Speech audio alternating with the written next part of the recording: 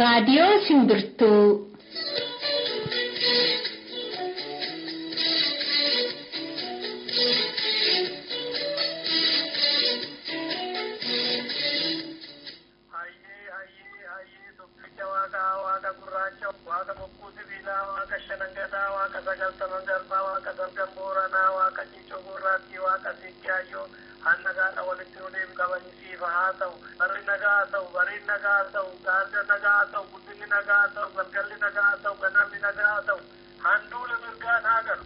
Kamisadha gaafa onkoloolessa 5 bara 2017 har'a gaafa kamisaa ammoo kan dhiyaatu akkuma beektan qophii Simbirtuuti.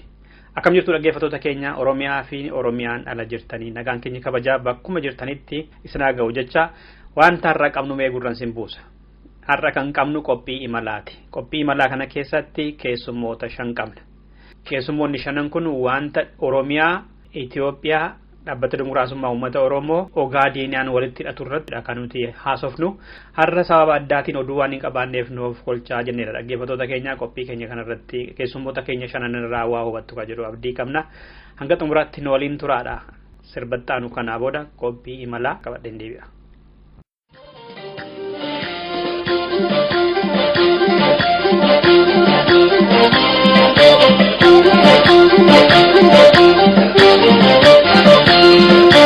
جاللنا قبيل الجالنا بنتنا اور قلبي قبيل ملنا مليس المغلا جاللنا قبيل الجالنا بنتنا اور قلبي قبيل ملنا مليس المغلا جاللنا قبيل الجالنا بنتنا اور قلبي قبيل ملنا مليس المغلا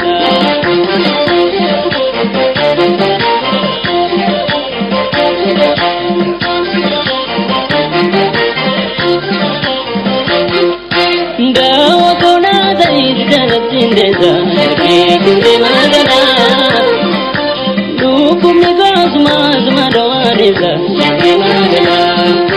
Pijarat dengan bayan sibelawa, kekinde magana. Suma dilalu rasa parana dawa, kekinde magana. Jalan ke hamagara meraga, odai kule dos mahmanisa. जालन के हमारा नरगा ओदय कुले दोस मानिसा अरित के नगाजिया संगी गोता सिनावया सम्मानिसा सम्मानिसा इंफयमो गोदानिसा गोदानिसा godanisa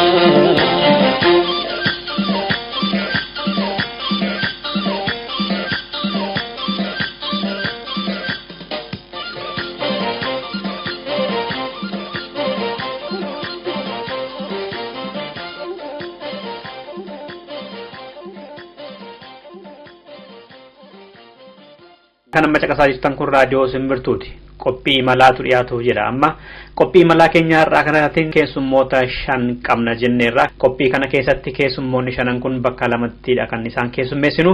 Qophii imalaa kutaa tokkoffaa keessatti dargaggoo Lammii Beenyaa fi dargaggoo Rabbirraa Oromiyaa torbee darbee haala amma Oromiyaa, Itoophiyaa fi Ogaadeniyaa keessatti deemaa jiru wal qabatee kan isaan xiinxaluu jalqabanidha dhiyeessina gara daqiiqaa 12 ta'u kan ta'u isaan qabata jechuudha qophii keenya irraa bakka torbee darbee dhaabbanni irraatii kana marreen waliin turaaka. Dhaabbanni dimokiraasummaa uummata Oromoo kana adda bilisummaa uummata Tigraay maal godhuudhaaf deema? Fakkeenyaaf amma lola Oromoo irratti baname kana weerara Oromiyaa irratti jalqabame kana keessatti bulchiinsi amma jiru humna namaa qindeessuu irratti hanga tokkos uummata keessatti jaalatamaa jira jedhama. Afaan faajjiin odeeffamaa jiru immoo adda bilisummaa uummata Tigraay hoogganaa amma jiru kana obbo Lammaa Magarsaa hidhanii ajjeesanii ukkaamsanii kan jiru ololli deemaa jira. Dhuguma wal jibbaniiru moo maaliif akkasirratti odeessisiisu? Moo Oppiidooma keessattuu warra garee darbee fi garee amma aangoorra jirutu wal dhabani moo tokkummaa Oromoo jibbaniitudha Oppiidoo keessas jeequmsa dhuumuudhaaf fakkeessuudhaaf kan mootummaan godhudha moo dhuguma immoo ilkaan itti ciniinnatee jira TPLF'n Oppiidoo irratti gama sanaan wanti sirriitti mul'ateeru jira Rabbirra. Uumamu sarara kaasee dhaada'oo kan jedhame kuni mirga uummata Oromoo falmuudhaaf manaatii bahe miti. Booji'amaadha. Sammuu booji'amaa qabateeti jara kana ofirratti feesisee Oromiyaa keessa olii gadi fiigaa kan ture ilmaan Oromoo hedduu lubbuu dhabamsiisaa biyya ari'aa qabsoo Oromoo silaa kan kallattii sirrii irratti ture kallattii sirrii ta'e sana osoo beekaniis haa ta'u osoo hin beekin dhiibanii qabsoo uummata Oromoo hanga kana duubatti harkisuu keessatti qoodi isaan qaban laayyoo miti. Haa ta'uuti wanti akka isaatti turu hin jiru. Iddoo isaa qabatee kan turu hin jiru. Jijjiiramoonni ni ta'u. Murni kaleessa OPDO harkaa qabataa ture. Gartuuleen maqaa namaa dha'uun hin barbaachisu. Gartuuleen murna OPDOta jalqabaa suni suutaan ijoollee hanga ta'e sabboonummaan isaanitti dhagahamu kadhatanii sossobanii yookaan doorsisanii dhaaba isaanii keessatti hammachiisaniiru. Ijoolleen kunniin guyyaarraa guyyaatti miidhaa fi dararaa uummata kanarra gahaa jiru, saamicha uummata kanarra gahaa jiru, Oromoo ta'e kamittuu ni dhagahama. Egaan har'a waan amma har'aa qabnu kana yoo ilaalle baha Oromiyaa kana, kibba Oromiyaa kanatti wanti ta'ee fi ta'uutti jiru kun uummata keenya irratti badii hamma kana gahu gochuutti jiru kun ilmaan Oromoo OPDO keessa jiranis waanuma tuqedha. Kun Oromoo waan tokko godhu otoo hin jaalatin ajjechaa fixinsaa Oromoo irratti labsame kun ilmaan Oromootti ni dhagahama. Haala kana keessatti jaallataniis haa ta'u osoo hin jaallatin qabsoo uummataatiin dhiibamanii gara uummataa goruun isaanii dirqama isaanii ta'a jechuudha. Ilmaan Oromoo OPDO keessa jiranillee yoo ta'e. Kanaaf qabsoon Oromoo dhiibee hanga kana humna ta'ee gara mooraa bilisummaatti nu oofaa dhufuunsaa gartuu uummata miidha kanallee akka uummata cinaa dhaabatu qabsoo sabaa cinaa akka dhaabatu ni isaan dirqisiisa. Haala kana keessatti egaa ilmaan sabaa quuqama qaban yeroo kanatti uummatatti ni dabalamu. Isaan yakka uummata Oromoo irratti dalaganii fi tarii jijjiiramni wayii yoo dhufe miidhamnaa laati. Qabeenya keenyaanis haa ta'u lubbuu keenyaan yakka akka dhuunfaattis haa ta'u akka gareetiin uummata kana irratti dalagneef tarii gaaga'amnaa laati jedhanii warri shakkiif sodaa qaban ammallee sirna TPLF kana olaantummaa isaa tiksanii hanga ta'e dibaabee jaraa jala dahatanii turuu filachuu malu. Kanaaf shakkiin ati kaastee fi gungummiin jiru kun murna OPDO hanga tokko rukutuu, hidhuu, ajjeesuu, ari'achuu malinna yookaan immoo taayitaa amma isaanitti kenname kanarraa gadi buusanii maqaa dimooshiiniitiin waan tokko godhuu laati hanga aangoo harkaa qabanitti shakkii jedhu nan qabanillee ta'uu danda'a. Gabaabsitee lammii viidiyoo maal godhuuf deema TPLF'n kan jedhu irratti yaada kabiraa yoo qabaatte kan achitti dabarra gaaffii tokkotti. TPLF fi OPDO'n har'a yoo wallaban waanuma nama ajaa'ibu miti kun jechuudha. Maaliif qabsoon Oromoo seeratti Oromoo cina hiriirtee fi Oromoo kana yeroo keessummeessutti immoo TPLF wajjin wallabuun dirqama ta'a jechuudha. Egaa viidiyoodhaas wanti eegamaa inni waa lama keessaa tokko filachuudha. Yookiin Tigireetti hirkatanii dhiiga Oromoo dhugaa jiraachuu yookiin immoo gaaffii Oromoo simatanii Oromoo biratti galata argatanii Oromoodhaa wajjin gara qabsootti hiriiruu irraa eegama jechuudha. Haala kana keessatti egaa TPLF OPDO ija shakkiitiin ilaala akka isheen jirtu hunduma keenyaa ifadha. Haa ta'uti garuu guutumaa guutuutti qondaaltota OPDO kana ammaa kana tarkaanfii irratti fudhatti iniiti yookiin immoo aangoorraa buufti yookiin bakka biraa geessitti kan jedhu qabsoo keenyaatu murteessa. Yoo uummanni keenya qabsoo jabeessee tuufe TPLF inumaayyuu akkuma amma jalqaban kana naannoo daangaadhaatti jeeqame kana bulchuu akkuma jalqaban kana Tigireet OPDO ta'u sirna kaaniyyuu aangoorraa buusanii Oromiyaa harka waraanaa galchanii waraanaan bulchanis dhufuu danda'a jechuudha. Haa ta'u wantoota amma jedhaman kana gungummee kana fudhannee wantuu itti deema kan jedhu kan garuu ilaalaa yoo deemne gaariidha wanta jedhu qaban. Dhaggeeffattoota keenya lammii beenyaaf rabbirraa Oromiyaa faana jirraa gaaffii dhumaa tokko lamaan keessaniif. Mootummaan Itoophiyaa akka jedhutti maqaan isaallee akka heerarra jirutti biyya federaalaan bultudha. Gareen sirna durii leellisu tokko federaalli amma jiru kun kan Itoophiyaa diiguudhaa jedhaa turan. Dhugaadha lolli amma daangaa irratti godhame kun lola daangaa miti. Lola mootummaan Itoophiyaa maqaa saba Somaaliitiin Oromoo irratti banedha malee kan jedhu kaaftaniitu isinillee.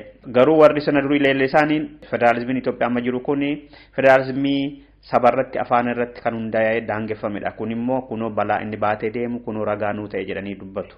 Dhuguma federaalizimiin Itoophiyaa keessatti kufaatii isaa agarsiisa wanti amma Oromiyaa fi Ugaadeniyaa keessatti godhamaa jiru kun warri sana mormanii ragaa ta'aa fi gabaabsine mee rabbi irraa kana. Federaalizimiin Itoophiyaa keessatti ijaarame jedhamu kun akka warri sila sirna tokkeessoo yookaan unitary state fedhan sun otoo hin taane akka wayyaaneenis addunyaatti lallabattu otoo hin taane federaalizimii okkolaadha. Federaalizimii hir'uudha. Hir'ina isaatiif kan ragaanuu bahu maqaa ethnic group yookiin immoo saaba qomoo giddu galeessa godhatee federaalizimii ijaarame yoo jenne kun sirrii miti. Oromoo Matakkal laaluu dandeessu. Oromoo Kamisee jiru laaluu dandeessu. Ilmaan Oromoo kun maaltu Beenishaangul Gumuzitti isaan kute ethnic erga ta'eeti maaltu kaaba isaan kute. Kan biraan maqaa daangaa sababa godhatanii haasawonni kan ka'an kun jiru. Mootummaan kun har'a nuusaa jaarraa walakkaatii ol aangoorra jira. Daangaan kana booda waan ka'uun turre. Jalqabummoo waan furmaata argachuun itti ture. Waa'een gaaffii daangaa kun. Kanaaf sirni kun sirna federaalizimiiti jennee haasawnu nutti cima. Federaalizimii ijaaruu keessatti hireen isteetotaa yookaan mootummoota naannoo kan federaalaan akka barbaadame keessa fiigamee anatu sii beeka jedhamu miti. Kan arguutti turree fi argaa jirru federaalizimiin sobaa Itoophiyaa keessatti mul'atu kun akka barbaade fedhii ummatoota kaanii ukkaamsee fedhii TPLF Tigraay qofa kan hojiirra oolche jechuu ni dandeenya jechuudha. Egaan TPLF yeroo ammaa kanatti mormii uummatarraa gama kamiinuu isa muudachaa jiruutiin dirqamee uummata kana walitti bubbuusaa yakkoota biroos yoo barbaade amantiidhaan daangaadhaan jaarmaalee siyaasaa mormitoota isaa ta'an keessatti illee murna uumuudhaan laaffisuu irraa yeroo inni of duuba deebi'ee hin jiru. Sirna balfama sirna fokkisaadha sirni kun.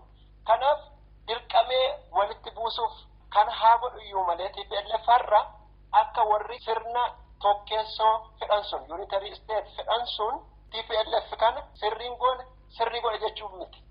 Haalota uumaman gidduutti bu'aa siyaasaa ofii kaawwachuudhaaf jarris kan isaan fiigaa jiran.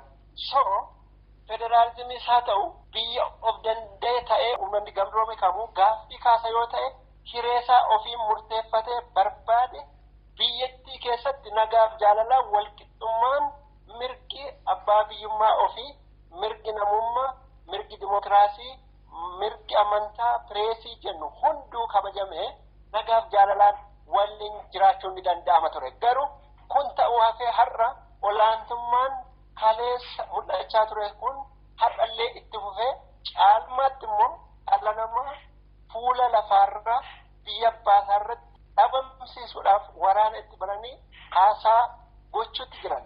Federaalizimii wanti jedhu akka habashoonni jedhanitti otoo hin taane rakkoonsa rakkoo wayyaaninis federaalizimii sun diriirsuu keessatti isa mudateen har'a immoo federaalizimii ofii seeraaf heera qabsiisee silaa buluunii fi bulchuun itti ture dhiisee waanuma kaleessa akeekkatan sana itti fufsiisuu isaaniitu waan kana nu argisiisaa jira jechuudha. Federaalizimiin dhugaan impaayera Itoophiyaa keessatti hin bu'uureffamne. Noonni habashootaa kuni jalqabumaa kaasanii waa'ee mirga hiree uffannaa uummata sabootaa fi sablammoota Itoophiyaa keessa jiran irratti fedhii kan hin qabne akka ta'anii fi waggaa dheeraadhaaf dura dhaabbataa kan turan ta'uunsaa afaan Oromoo iyyuu afaan hojii ta'u fudhannee dhimma Oromoo irratti waan Oromoo ilaallatu hunda humna guutuudhaan dura dhaabbata kan turan ta'uu beekamaadha. Fakkeenyaaf dhaabummaa Oromoon Finfinnee irratti qabdu guutummaa guutuutti dura dhaabbachaa kan jiru beekamaadha. Afaan Oromoo afaan federaalaa kan taane guutummaa guutuutti dura dhaabbachaa kan jiran ta'uunsaa beekamaadha. Haala kana keessatti isaanumtiyyuu federaalizimiin biyya sana keessatti akkan hojjenneef ta'anii akka jiran gara fuulduraatti immoo gufuu ta'uudhaaf hin hubanne jechuudha. Kana darbee maa inni federaalizimiin tokko federaalizimii jechuudha maa inni saboonni akkaataa gumaacha isaanii keessatti bu'aa kanarraa argatan ta'uu ture. Federaalizimii Itoophiyaa keessatti diriire federaalizimii olaantummaa sirna Tigree tiksuudhaaf siyaasa isaanii dinagdee isaaniitii fi fedhii addaa isaanirraa qaban tiksuudhaaf federaalizimii diriirfamedha. Saboonni sila akka heera irratti barreeffame sana wanta instituushinii irratti barreeffame sana wayyaaneen dhuunfattee aangoo qabduun waa hunda balleessite fedhii Oromoon silaa walqixxummaadhaan bushuutii qabu guutummaa guutuutti kan isheen gufachiise ta'uunsaa beekamaadha. Kunis maal uume federaalizimii saamtuu fi saamamtuu uume jechuudha. TPLF saamtuu taatee argamte Oromoon ni taa'amtuudha. Yeroo kanatti uumame. Kuniyyuu uumamu malee garuu akka seeraatti federaalizimiin gaanfa sana keessatti gad dhaabbate kun walitti bu'iinsi hammaa kun gaafa uumamu kufaatii federaalizimii sanaa hin agarsiisu. Humnoonni federaalizimiin kufeeraa federaalizimiin sabummaa irratti hundaa'e wayyaaneen fiddee kufeeraa nuti kana duras dubbachaa turre hojiirran ooluu jennee dhiyeessaa turre wanti nuti yeroo isaan dhiyeessaa turre amma immoo kunoo ragaadhaan argachaa jira jennee kan isaan dubbatan kun haa dubbatan iyyuu malee federaalizimii kanarra fooyya'atee wanta saboota biyyattii sanaa ta'uu godhu saboota biyyattii sanaa walqixxummaadhaan kan qixxummeessu kan ofitti hammatu yaada bilchaataa ta'ee fi sirna bilchaataa ta'e dhiyeessuudhaaf garuu hanga ammaatti dhiyeessanii hin argamne jechuudha. Isaan kan isaan isaa jiran waa'ee tokkummaa Itoophiyaadha. Kun akka hafuuraatti namatti darbu godhanii yeroo itti nutti lallabantu jira jechuudha. Egaa guutummaa guutuutti isaa odeessan kun wanta dhugaarratti kan hundaa'e utuu hin taane paarlaama federaalizimii ammatti TPLF dhiirtee kana deemuudhaan saba habashootaa fi isaanii wajjin hariiroo qaban gammachiisuudhaan deeggarsa siyaasaatii fi qabiyyee adda addaa irraa funaannachuudhaaf yaalii godhaa malee federaalizimiin akka federaalizimiitti sababii waraanni sun liyyuu poolisii waraana sana banteef kufeera jennee jastifaayii gochuun nutti ulfaata jechuudha. Tole. Dhaggeeffattoota keenya keessummoota keenya lamaan lammii beenyaaf rabbirraa Oromiyaa wajjin marii bal'aa kagoone kanumaan xumurreessa. Lammii fi rabbirraa guddaa galatoomaa yaada keessanii fi yaada biraan qabdan taanaan ani gama kootiin galatoomaa isiniin jedheera. Ayyee galatoomaa.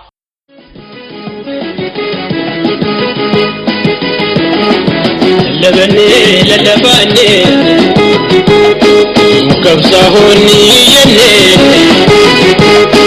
nudur mata nujabeta nudur mata nujabeta waso yaron ndabare nundedan nudur mata nujabeta nudur mata nujabeta waso yaron ndabare nundedan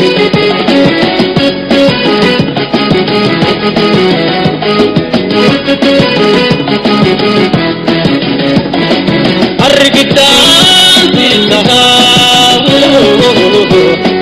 la umrinki yazuru andidan disahabu la umrinki yazuru borsi katwaru borsi katwaru nukababa sojuru ngira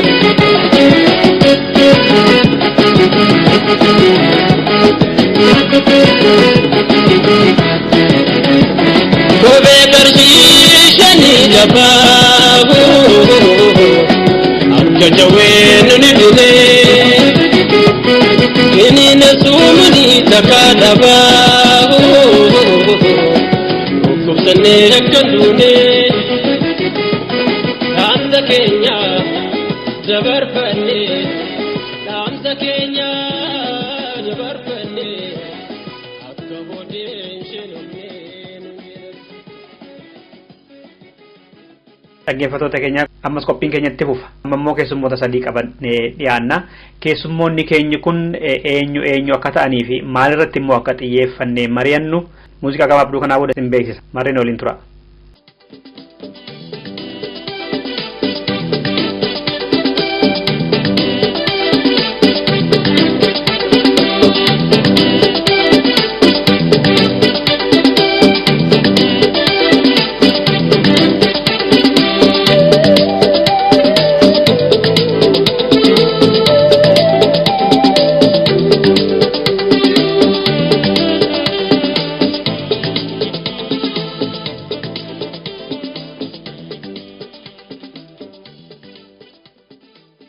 Yeroo ammaa kana duula waliigalaa Oromiyaa irratti addatti immoo Oromiyaa kibba bahaa fi baha Oromiyaa akka waliigalaatti mootummaan Itoophiyaa ka Oromoo irratti waggaa 26 guutuu raawwataa ture bara kana immoo akka addaatti kan inni gaggeessaa jiru irratti haala yeroo irratti mari'achuufidha. Qophii malaa irratti warri dhiyaatan guddaa galatoomaan jedha. Mee dhaggeeffattoota keenyaaf maqaa keessanii fi biyya kamirraa akka taatanaaf ibsaa fayyaa ta'a. Hussein Tulaazuu jedhama yookaan Gammadaa Tuffaa jedhama biyyi an jiru Minisoota jiraata jechuudha. Anu tokkannaa mallooti ammaan tana USA Minisoota irra. Haadha koo Dullachaati Albertaa Kaanadaarra. Duulli banamaa jira yeroo warraa kana lolaan beellillee Oromoo irratti hedduu miidhaa geessaa jira. Kana irra darbee immoo mootummaan federaalaa fi mootummaan naannoo Sumaalee Oromoo irratti lola banaa jiru. Akka lammii Oromoo tokkootti akkaayyuu tokkootti wanta Oromiyaa irra biyya keessatti deemaa jiru akkamitti hubattu obbo Suukannaa Malloo? Lolli irraa Oromiyaa irratti deemu jiru ka biyya Oromiyaa Oromoo irratti jiru kuni bal'inaan lola deemu. Maqaa lola daangaa jedhama malee lolli lola daangaati. Kanatti fakkaatu akka ilaalcha kiyyaatti lola daangaati. Ammallee lolli wal fakkeessanii lola Somaalee waliin deemamu jedhama malee lolli lola Somaalee waliin deemamu. Maaliif uummata Somaalee kana yeroo dheeraa waliin jiraannee jirra. Sirnoonni dabranii akka sirnaatti uummata Somaalee san keessaanii Itoophiyaa lolaa ture fakkeenyaaf mootummaa Saayid Barree duratti mootummaan Saayid Barree dhufellee mootummaan Saayid Barreellee maqaa Ogaadenaatiin yookaan maqaa lafa Somaalee ka as gadi Itoophiyaa keessatti koloneeffamtee itti deebisuu jedhu lafa Oromoollee itti dabalachuun kaka'ee keessattuu Saayid Barreen kan lola baneef. Kaardaalleen sanuma. Kaardaalleen maqaa daangaa maqeeffatee fedhiin yookaan interestiin rijaayimiin Itoophiyaa ka ammaan tanaa qabu Oromoo tanaa jeequ Oromoo jeeqanii nagaa dhoowwu Oromoo jeeqanii olii gadi guggusu Oromoo hiyyoomsu Oromoo lola bal'innaa irrabbanu konka kana ta'eef maal jennee wal qaafanne wal himuu hin dandeenyaa akka ilaalcha kiyyaatti wanti waan lamaa sadi qabdi yeroo isaatti dhufa lol amma Oromoon nagaa dhabde tasgabbii dhabde waraanni guutumatti itti banamee lola keessa jirti jeequmsa keessa jirti an akkasin laala. Fayyaata obbo Suukannaa Malloo Minisootaa irraati. Obbo Hussein Xulaanoo Oromoon irratti maaf duulli baname har'a? Mootummaan Tigree waraana bobbaasee Oromoo maaf duulatti bansiise? Oromoon har'a Ogaadeniyaa keessaa bahaa jiran. Waraanni federaalaa qawwee gadi garagalfatee nu ilaalaa ture yoggaa Sumaalonni nu reeban nu ajjeesan ilmaan keenya gorra'an qalan qabeenya nu saaman federaalli nu ilaalaa jira. Nuti qaama Itoophiyaa miti erga taane nu haa dhiisanii jedhu. Har'a Ogaadeniyaa fi akka mootummaatti jechuudha akka uummataatti otoo hin taane mootummaan Itoophiyaa Oromoo irratti maaf lola banan dubbiin kun seenaa walitti hidhataa akkuma obbo Suukannaan jedhan kun. Waan tokko beektaa hubachuu qabna karkarroo booyyeen beektaa garaagarummaan qabdu akkaataan isii tokkuma. Akka gaafa agarteetiin kolonii Habashaa jala cabneeti akka seenaan dhageenyutti argaa dhageetti maanguddoorraa dhageenyutti gaafa haqee Miniliki biyya kana qabatu Oromoon miliyoona 10 turte miliyoona 10 kanarraa immoo miliyoona 5 fiteeti miliyoona 5 qabatee ka jedhamu odeessa agartee maanguddoonni tinti. Ka ammaa kunis agarteetiin maqaa Somalee haa jedhanu malee ani akka fudhatutti lola sanyummaa lola sarummaa yookaan agarteetiin ittiin Oromotti keessanoo akka mallatti lafa kaayetti waan inni jedhe san amma hojiirra oolchaa jirti jechuudha wayyaaneen maaliif jennaanii saba xiqqaa guddisuu numa danda'anii saba guddaa xiqqeessuu numa danda'anii kan jedhu saganteeffatanii jechuudha maaliif kaleessatti agartee habashooti afaan qawweetiin uummata keenya qabseetiin gurummaa bara dheeraa kana jala turte hadhas agarteetiin sanumallee irra deebanii mirkaneeffachuufi waan Oromoon qawwee sodaatu fakkaateetu akkas fakkaatee agarteetiin qawwee fidhaa jiranii jechuudha ammoo mootummaan kunini akka allaalutti agarteetiin yeroon isaa dhumatee jira yeroon isaa kadabre kana borullee agartee hegerii borullee saba Oromoo kana yoo asii ka'ee deemellee olloota isaa saboota bichuu kan waliin qubata olloota keenya kaalee walitti fuudhee waliin yaannee waliin dhinnee waliin tiffannee waliin waarfatu kana hadhaa hamtuu nurratti hambisuuf waan kana godhaa jechuudha maaliif naan du'a ifii beekeetti namni yoo ifii beektaa bade namaan baladu jetti Oromoon yoo ifii badu deemu agartee kanarratti dalagaa jira jedhee yaadaa jechuudha ammoo wanni isaan godhan kun du'a isaanirraa oolchitti ka jedhu yaada mataa kiyya keessa jiru badii dalayti malee agartee baqaadha fiddu jechuudha. Oromoon yeroo ammaa hidhaniifuu, ijjeesaniifuu, ari'aniifuu, saamaniifuu qabsoon uummata Oromoo duubaan lafaa kaatee jirti jechuudha. Maaliif jennaan dhaalmayaan qabsoon tun agarteetini isitaa jalqabaa dhufte. Fakkeenyaaf malee yeroo Sillaasee namni Oromoo kutaa afur waliin baratu asoo jettu gariin saboota Oromoo sabboonummaa qaban maqaa fi jijjiiratanii barratanii bakka gaarii agarsiisanii ol ba'an. Har'a ammoo iyyuu eega 90 takka addi bilisummaa Oromoo biyya seentaati. Dhaloonni amma lafaa dhufe kun qubee afaan Oromoo addi bilisummaa Oromoo fiddee uummata Oromootti kennitee baratanii seenaa isii hubatanii maaltu nurraa eegama dirqama maaltu nurraa eegama dha ifirratti beekti jechuudha. Irra guddaani dhalli lafaa dhufe kun mirga isaanii amma falmataa jirani. Kanuma agartanii qabaatanii gabrummaa tan achi dheeressuuf carraaqanii jechuudha. 2 haa bullu 3 haa bullu 4 haa bullu waggaa takkaateen tamaateen jechuufi lola kana nurratti banan malee lola Soomaleeti miti. Lola Soomaleen nurra balleeru. Lola wayyaanee uummata Oromoo irra baltee jechuudha. Uummanni keenya ka biyya keessa jirulleen, ka du'aa jirulleen, ka hidhamaa jirulleen, ka saamamaa jirulleen wanni inni beekuu qaba. Adoo mootummaan kun mootummaa isaa taate waraanni agarteetiin liyyuu poolisiin kun ajjeesu ka isaan qawwee garagalfatanii deebisanii agarteetiin itti dhiisanu kanarraa beekuu qaban jechuudha. Maaliif jennaan yoo akka federaalaa waliigalaa taate namuyyuu silaa walqixxeedha. Mootummaan kun laanamaa walqixxeedha. Maaliif gama kaan aanee achi as Oromoodha? Maaliif gama kaan aanee agartee Oromoo ani raashina kennee rasaasa kennee qawwee baatee ka Oromoo birraa guura? Kun saba Oromoo lafarraa duguuguudha jechuudha. Kun furmaati isaa qabsoo fufuu malee furmaata biraan qabu jedhee yaada an gara kiyyaa akkanumatti dabaluu barbaade. Dhaggeeffattoota keenya obbo Hussein Xulaa, obbo Dukaanaa Malloo fi obbo Duulachaati Kanaadaaf Ameerikaa irraa haala yeroo irratti gammadachaa jiru. Obbo Dhakko warra barate namoota qubaan lakkaa'aman warra biyya alaa kanatti qalama faranjii dubbise malee Oromoo fi siyaasa Itoophiyaa kan jeeqan hin jiranii. Uummanni Oromoo biyya keessaa bara duriis, bara Haile Sillaasees, bara Dargiis, bara Minilikiis rakkina hin qabu. Adda bilisummaa Oromoo fi namoota qubaan lakkaa'amanidha. Itoophiyaan jaalaladha. Oromoon tokkummaa Itoophiyaadhaaf bu'uuradha. Waliin jiraachuu qabna. Wal fuuneerra jedhu warri Habashaa. Warri akkas jedhan gaafa Oromoon kibbarraa, kibba bahaarraa buqqa'aa jiru biratti hin argamne. Oromiyaa akkaataa dhiigatti irra jiru jira. Beela dheebu waraana fulaa cufaa kaamishi warra Oromoo cicciranii nyaatanuufi falaxanu kan Minilikaawirraa gara Guyyaanaawii yookaan Aksuunaayitii kadeessite. Warra akkasi jedhu kuni Oromoon jaala Oromoo hiwaa Oromoo cabsanii akka durii barnoota dhoowwanii Oromoo waan dhufa nagaa fudhatee akka inni deemu warra barbaadu. Warra kun amma kana diina Oromoo bane kana Oromoo diini rabba wanni rabbananii qabeenya isaa saamu.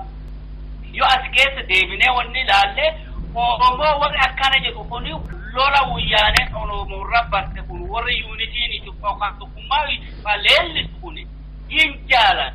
Maaliif federaali amma kuni ka gosaatii jedhan Oromoon gosarra ol guddateera. Oromoo sablammirra guddateera. Sabummaa kana akka inni feene akka Oromoo adda the rule and the divided warra yaalutti waan amma Oromoorra oofan kana isaaniifu waan jiruufi warri semetiki warri olii dhufe warri kaabaa dhufe hundi isaanii tokko waan ta'eefi qabeenya Oromoorra hawwiyyaaneen godhuu jirtu uummata Oromoo ka cabsuu jirtu wanna nama barate wanna jedha barate kana ta'a ummati mirga fi yoo gaafate hidda dhaabaan hin ta'u jaarmiyaan hin ta'u addi bilisummaa Oromoo sapaareetitti warra nama addaan qoodu jedhanii isaan addaan qoodanii Oromoo yoo mirga fi gaafate abbaa dhipho isaan immoo yoo waan fedhan gaafatanii ballo kanaafuu bal'inna Oromoo garaa laafinna Oromoo jecha Oromoo nagaa barbaada Oromoo warra jibbut Oromoo falaxanii addaan qoodanii akka isaan hiriirre nabi barate seenaa arge akkuma jaadu seentu seenaa arge waan nurratti deemaa dhufe mootummaa tan keessa mootummaa Dargii keessa dalageera yeroo isaa waan Oromoon jedhanuun beeka waan keessattuu uummata naannoo keenya jiru nuun jedhanuun beeka waan karaan kaka'eera ammoo dubbuma seenna akka lakkoofsa Itoophiyaatti rifirendeemiin deeme ka jedhan suni lola Oromoorra bananiin ka deeme akka lakkoofsa Itoophiyaatti akkasumas 2004 rifirendeemiin deeme sun adoonni deeminiin duratti adda bilisummaa Oromoo kibba keessaa qulqulleessine jedhanii jeneraalichi isaanii ka maqaa Oromoofitti himan baachaa dabalee Naayiroobii dhufee waraana Keeniyaa baannatanii dhaqanii Oromoo lafarraa daraganii haqa hawaasaa deemu. Addi bilisummaa Oromoo addaan facaasee uummata qaqqabee warkeenii achi dhufan qabamanii kana hateeni yeroo san gubbaatti lafa haaraa uumanii riferendeemii irratti deemsisanii abalee 38 irratti deemsisanii riferendeemiin kun riferendeemii deeme jechuun lola uummata Oromoo irra labsatanii karaa biraatiin fe'anii gad dhufanii irratti wanni jedhan. Loli kun mallaala maaliif keessaa qaba? Naannoon amma lolli irratti deemu kun maal akka ta'e gaaffiif deemee keessa walitti deemna. Kanaadha wanni warri barbaadu. Wanni addaa Oromoo facaasuudha. Wanni barbaadu waa guyyaaneen barbaada kan warri yuunitii Itoophiyaa mataa keessaa qabu. Oromoo ifindeetti hafiif bulchisu isaan jalaa baan kan arguu hin fedhan. Obbo Sukana amma isinillee tuqxan obbo Dhakkoonillee obbo Huseenillee tuttuqan. Lolli amma Oromiyaa irratti baname gama bahaan kibba bahaa fi kibba Oromiyaatiin baname kun dhuguma mootummaan Itoophiyaa akka jedhu dubbii daangaati dhuguma saba Somaalee fi saba Ogaadeniyaa fi saba Oromootu wal lole yookaan sabaa himaan biyya alaa tokko tokko akka barreessanitti dubbii saba jidduudha moo hacuuccaa waggaa 135 ture Oromiyaa garbummaa jala tursuu irratti mootummaan garboonfataa Abashaa Oromoo irratti kan gaggeessaa jirudha. Lolli amma godhamu kun lola maaliiti obbo Sukana? Lolli kun lola weerara jedhama gakkaan fi ilaalutti maqaan isaa lola bal'innaan afaan Amaaraati. Biyya Itoophiyaa biyya Oromoo hibduu ta'ee keessatti tolinni afaan Amaaraati. Afaan Oromooti bal'innaan lola Oromoo rabbaname weerara malee waan daangaati. Maaliif lola barbaachise? Lola kana barbaachisee fi Oromoon haga gaafa maqaa fi yennaa dhahatee an Oromoo jedhee ka'e sodaa Itoophiyaati. Gaafuma durillee. Maaliif sodaachise Oromoon? Qabatee an Itoophiyaatiin jedhe hin callisa. Itoophiyaa ta'ee gaafa lafaa ka'e maqaa Oromoo an Oromoo jedhee maqaa Oromoo dubbate sodaa Itoophiyaati. Maqaa tuula minjaaramee waan Oromoo beeksisaa waan Oromoo misooma Oromoo beeksisee gaafa ka'ee Sillaaseen warra isaa bakkanii maqaa suulama waldaa beeksisu hin qaqqalee hin hidhee hin uggure waldai. Dargii keessallee akkuma ugguratan. Mootummaan wayyaanee hin dhufe mootummaan wayyaanee illeen maqaa tuulami haji inni deeme haga gabaabaa. Haga gabaabaa deeme gaafa Finfinnee keessaa Oromoon haa bahu. Biiroleen Oromoo Finfinnee keessa mootummaan naannoo Oromiyaa gomaa hin qabu haa bahu jedhame waan morme callaa waldaa'ee gurguran. Maqaa Oromoo waan dhaabu callaa. Kana akka waan saampila xiqqaa tokkootti kaa'u. Bari Oromootaan akka Oromoon qabatee yoo deeme sodaa jaraati. Waan biraatii moti sodaa jaraati. Baay'inna uummata riisorsiin hundi asii sana jira guddinaan. Humni namaa guddaan lafa sana keessa jira. Riisorsiin isaan saamisa jiran lafa sana keessa jira. Waan kana hunda kontroolii tolchanii ifi jalatti deebisuu fi Oromoo sana loluu qaban. Oromoo sana dadhabsuu qaban. Yoo hin lolin dadhabsuu hin danda'an. Har'a siyaasi ka'ee hundaan isaan raase. Ka hundaan ka'ee mootummaa kana raaseeti mootummaa kana barcumaa jalatti sochoosee ganna tokkoo fi barcumaa kana ho'aanuu qabaa jedhaniitiin loltuu dabarsanii kennatan. Ka har'allee loltumaan bulaa jiran Oromoo keessaa ka'ee. Fincilli kun yookaan warraaqsi kun Oromoo keessaa ka'e. Oromoo keessaa ka'e babal'ateetti kun bakka cufa dhaqqabe. Haga lafa Amaaraatti dhaqqabee kanarraan sana hundaan sochoosuu jira. Kanaaf lola guddaa jiraachuuf mootummaan kun jiraachuuf lola guddaa waliin Oromoo rabbanee kana gaafa dammaqe. Millatti seenaa fi dubbatee jira. Gaafa uummanni Oromoo kun irra garagale. Diraamaan kamuyyuu hojjetame uummata kana nurraa deebisuu hin danda'u.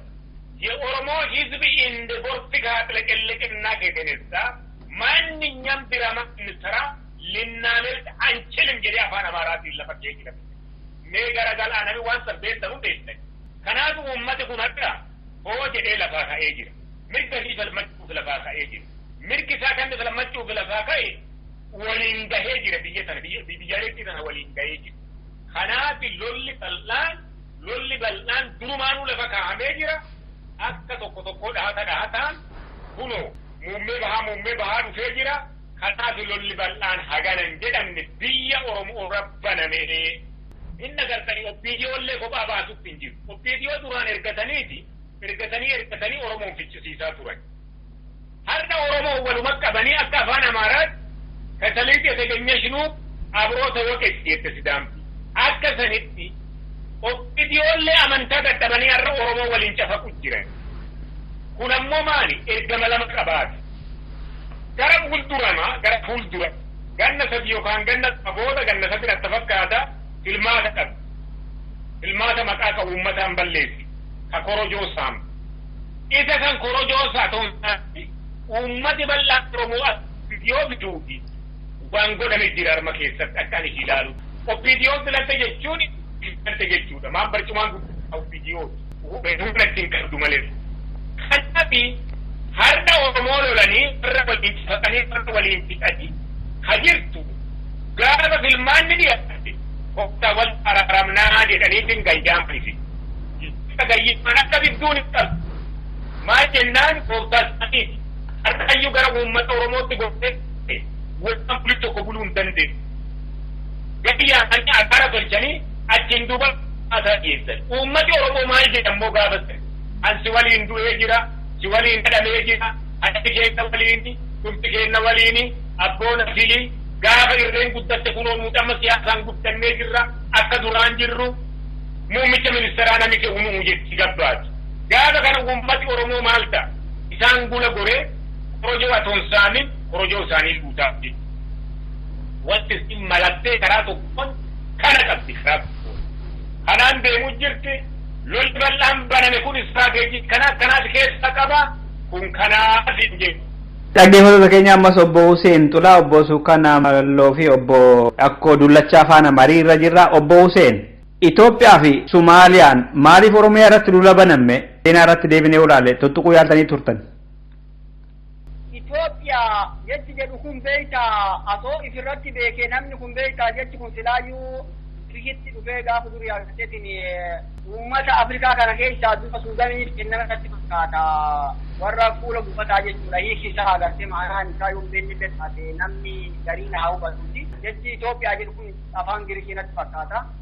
Ammoo maqaa Itoophiyaa jedhu kanaan uummanni Oromoo jalatti ammoo rakkoo guddaa mirga isaa dhabee lafarra dhuguugamaatuma jira jechuudha. Wama kan isa irra dhufetti ammallee irra dalagaa jira jechuudha. Ammoo wanni namni beekuu qabu maqaan Oromoo jedhuu fi maqaan Oromiyaa jedhu kuni namoota Itoophiyaa amanamuuf sodaa ta'uu qabu jechuudha. Wanni uummanni agartee yookaan afaan kiyya kana yoo beekuu qabu sabi kamuuyyuu agarteetini akka hawaasaatitti illee ilmi Tigree illee ni jechuudha. Akka hawaasaatitti agarteetiin warriiwwan yookaan mootummaarra jiran agartee rakkoo sana raawwatanii miti kanneen afaan kiyya kan afaan Oromoo jechi Oromiyaa jedhuu fi jechi Oromoo jedhu kuni maqaa lafa Itoophiyaa jedhu kanaaf sodaa ta'uu qabu jechuudha. Maaliif ani karaa Oromoo rakkisaa jiru agartee Itoophiyaa jechaan kun agartee wanta sirna malee miti. Oromoon ka barbaadu biyya Oromiyaa tana bilisoomsuu barbaadi jechuudha. Oromoon ka barbaadu bilisummaa barbaadi jechuudha. Bilisummaa sana ammoo maqaa Itoophiyaa kana jalatti agarteetini diinni gollatee sabaaf sallammoota hunda nurratti jaaree kaaseetini yookaan kennallee daallee gowwaallee agartee hunda fiteetini yeroo hunda garagalee cabsaa jechuudha. Kanaafi kana bira dabruu danda'uu qabnaa jechuudha uummanni Oromoo. Maaliif akkamitti bira dabruu danda'uu qabna? Sabaaf sallammoota waliin qubatu kana mirga isaa uummanni Oromoo eeguu qaba, tiksuu qaba. Keessa fakkeenyaafi Oromiyaan bilisoomuu qabdi jedhee karoora lafa kaayatee sagantaa siyaasaa tumatee uummata biraan adda bilisummaa godhu. Adda bilisummaa Oromoo sagantaa isaa keessa yoo uummanni Oromoo gabroome achirra jiru hundi waliin gabrooma. Yoo uummanni Oromoo bilisoome sabni achirra jiru hundinuu waliin bilisoomaa jechuudha.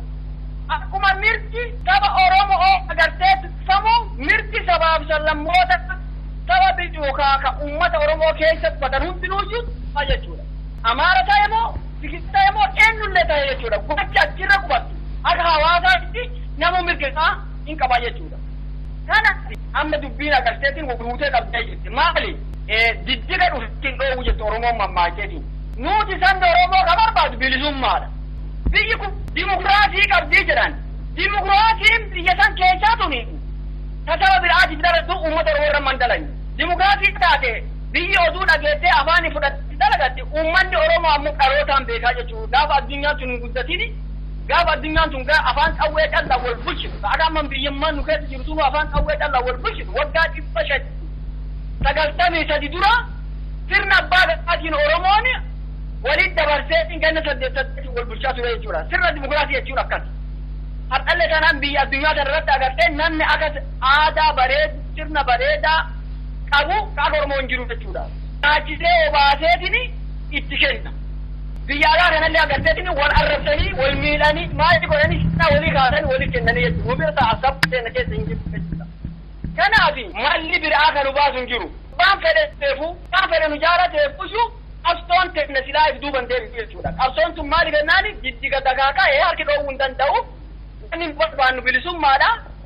Saba tokko miidhuuf bilisummaa jasaa qabannaa jechuudha nuti. Maaliif jennaan sabni keenya buluu dadhabe, dhuguu dadhabe, nyaatuu dadhabe, qotatuu dadhabe, bocatuu dadhabe, kabara dagartee alaagaluu dadhabe.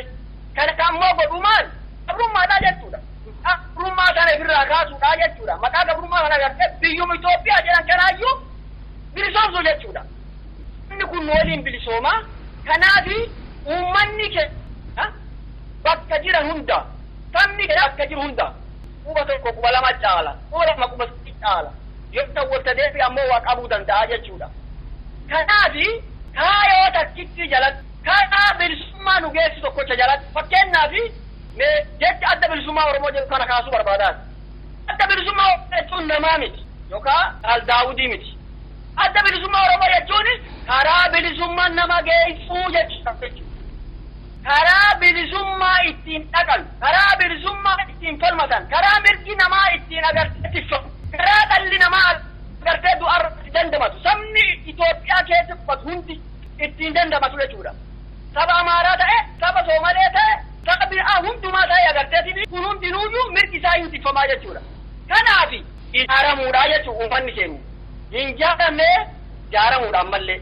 Duraan lafa jiru jabeessuudha jechuudha. Nuti warri biyya alaa jirru kun nurra gahaa jirtu, ariisan nurra gahaa jirtu, saamisi nurra gahaa jiru, hidhaan tubaan nurra gahaa jirtu, qurxummiin nu nyaataa hin jirtu. Kaleessa jala miliixee baane baqanne hiree ilmaan Oromootiin ka hiree argannee as baane fudhachii tokkoo gurguratee as baay'illeen har'a shamisa dansaa keessatti biyya alaa kana jiraataa jira jechuudha. Qabsoo qophaa'ee yaree hunda qabsoo tanaaf bu'aa buusu qabiyya jiru. Uummanni keenya qabiyya jiru nurraa wayee kun qabu jechuudha. Inni nuti goonu waan xiqqoodha jechuudha. Wanna hunda isarraa eegama. Kan har'atti duullee isaanuma. Saa'ullee isaanuma. Kabar Oromoo bilisoomsullee uummata keenya qabiyyaati. Ka yeroon bor Oromoon bilisoomsallee aangoo ol bahee biyyattan bulchullee isaanii jechuudha. Nuti bakka tanaa boosan naqallee heerasittumannee yookaan biyya dhaqee biyya bulchuu hin qabnu jechuudha. Kanaafi nurra waan eeginaa of ijaaraa wal ijaaraa keessan alan barbaadinaa maal soomalee dhiira baattanii moti isin bira jira. Ammas tokko waan jedhe. Shimbira warri keessan akka waaqaa gabbadu kana warri keenya qalateetiin buusaa godhatee buddeenaan nyaataa waliin jettu ijoolleen. Diinni saba Oromoo kan Oromoo buqqisaa jiru kan dhaba orguttu agartee mataa ciraa jiru wayyaaneedha Tigreedha. Kanaafi diina keessan isin bira jira alan barbaadina fagootti ilaalina kalee keessan jiru buqqee keessan jira dhawattuu keessan jira jechuudha. Dhakko weerarri kun seenaan waliin qabsiisee hidhata qaba. Dargiin illee wal qabatee biyyi Sumaalee illee hanga Adaamaatti jedhamuun illee wal qabatee wanti kakka'u jira. Isa faana walitti hidhatamoo mootummaan Tigree kun bahaarratti fi kibba bahaarratti qofa maal xiyyeeffate har'a Oromoo irratti jeequmsa kaasuuf? Gaaffii gaariidha. Gaaffiin an barbaadu iyyuu kanuma. Weeraraan kuni loli Sumaaleef yookaan nama naannoo Sumaalee dhalateef Oromoo jidduu deemu akkanaa hin jiru. Lola mootummaan Habashaa harka keessaa qabu hundinuu. Kana jechuun waa tokko si lafa kaa'a. Mootummaan Habashaa cunqursaa inni Oromoo cunqursuun yeroo Sumaaleen Great Sumaalee shanan yeroo isin 1964 immoo yeroo Sumaaleen bilisummaan baatu kana sochiin uummata keenya kabaaleetti jalqabee ture. Saniin duratti yeroo bilisummaa baatu kana Sumaalee lama bilisummaa bahe. Ingiliis Sumaaleelaandii fi Itaaliyaan Sumaaleelaand Moqdishoo fi Hargeysa jechuudha. Amma Sumaaleen lama yeroo adda addaatiin bilisummaa baate. Sumaaleen sadi hin bilisoonne. Sumaaleen sadeen kana keessa Sumaaleen tokko Northern Kenya warra Kenya haabaa jiraatanu inni DF jedhanii yeroo sani dhaaba sochii Sumaalees makamuu uumteetu warri inni DF kuni hamma hawaasatii gadi karaa kennan haga kanaan maqaadhaaf kalammeessoodha immoo Sumaalee galbeeti fayyadamu Sumaaleen galbeeti Baalee fi Hafilaasiif Afaashii gadi Harar akkuma jiruuni galbeeti kana keessa Ugaadeen Sumaaleelaandi kuni Ugaadeen yeroo kana Itoophiyaa lafa tokkollee jala hin jiru baafer zoonii jiru Ingiliiz baafer zoonii jedhee ol kaa'e.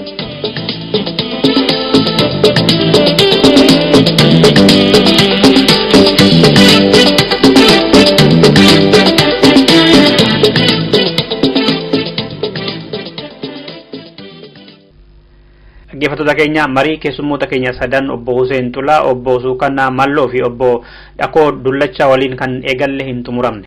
Bakka amma dhaabbanne irraa torbee dhufu itti fufna jechuudha. Waan nu caqastaniif sirba kana isin affeereen jira.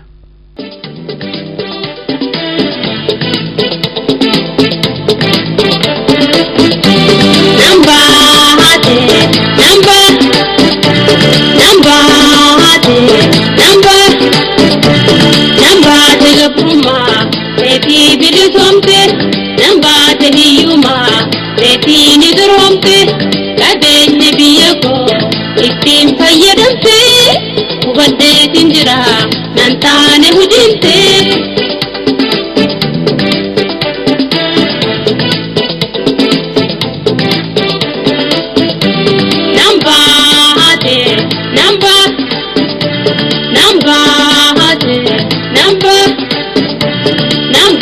Gabruma, reti bilisomte, nambate hiyuma.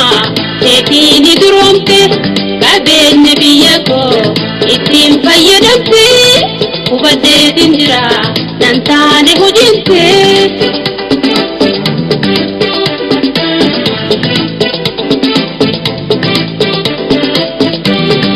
Olka halafa, handira dalati, tika gudan jenne. Kundi sabahooti diinaati sottine hagammaan duraati itti utuun taanu seeseeruun tuuti.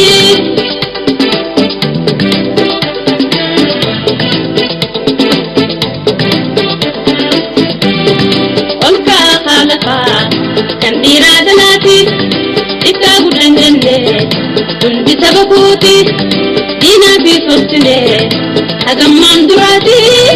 Itti utuun taanu seeseeruun tuuti.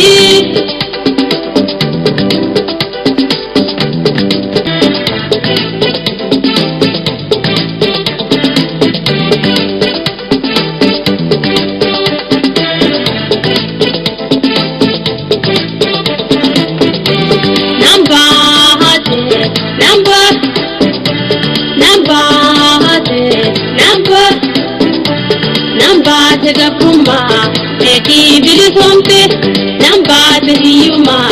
Reti niduromte, kadeenye biyako.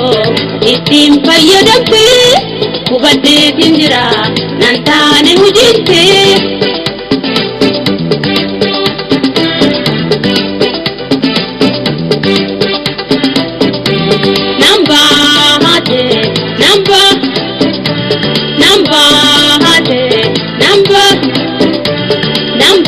Gabruma, reti bilisomte, nambate hiyuma. Reti niduromte, kadeenye biyako. Ittiin fayyadamte, hubaddeetin jira, nan taane hujinte.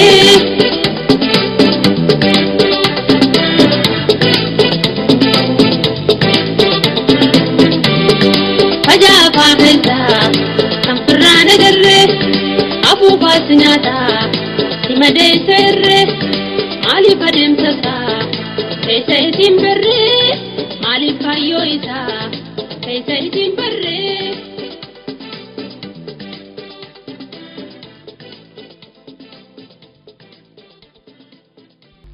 Dhaggeeffattoota keenya akka walii galaatti egaa qophiin keenya har'aa kana fakkaata ture. Irraa waa hubattanii ittis bohaartaniitu kan jedhu abdii keenyadha. Waan faana turtaniif galanni keessan guddaadha jechuudha. Torbeettu wanta gaarii dhagaaf argaa keessa tura jechuudhaan kan nagaatti isiniin jedhu Handassoo Duulaati. Sirba kanaan nagaatti dheera.